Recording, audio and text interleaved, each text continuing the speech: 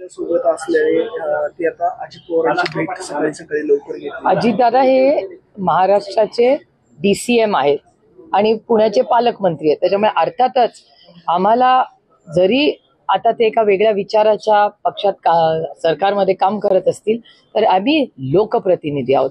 लोकांची कामं करण्यासाठी आम्हाला कुणाकडे जायला कधीच काही अडचण होत नाही। दिल्लीत तुम्ही बघता माझा वावर, दिल्लीतल्या प्रत्येक मंत्र्याचे आणि माझे वैयक्तिक अतिशय चांगले संबंध आहेत।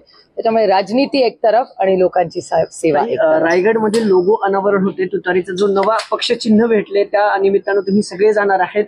रायगडावरच करण्याचं कारण काय आणि पुढची मला असं वाटतं अभी 1.5 तासातच सगळं कळणार आहे। तुमच्याही चॅनलवर मी सकाळी पाहिलं की 2 तासाची हलचल। त्याच्यामुळे बघा आणि तुमच्या आणि महाराष्ट्राच्या मायबाप जनतेने आम्हाला या नवीन प्रवासात आशीर्वाद द्यावे एवढीच विनम्र विनंती करते। दुसरीकडे बारामती लोकसभा मतदारसंघाचा तुम्ही दौरा करताय, तुम्ही दौरा करताय, दादांचे देखील 3 मेळावे आहेत। काल सुनित्रा वहिनी असं म्हणाल्यात की तुम्ही मला नेहमी साथ दिले, यापुढेही साथ द्या। तुम्ही स्वतः आज भोरमध्ये जाणार आहेत, नेमकं काय? मी गेले 15 वर्ष या भागाची लोकप्रतिनिधी आणि त्याच्या आधी 2 वर्ष म्हणजे लोकसभा लढायचा जेव्हा निर्णय गेला त्याच्यामुळे मी 2 वर्ष आधी सगळा मतदारसंघ फिरले होते। त्याच्यामुळे मला मतदारसंघात फिरणं म्हणजे एक कुटुंबात म्हणून आम्ही मतदारसंघात काम करतो।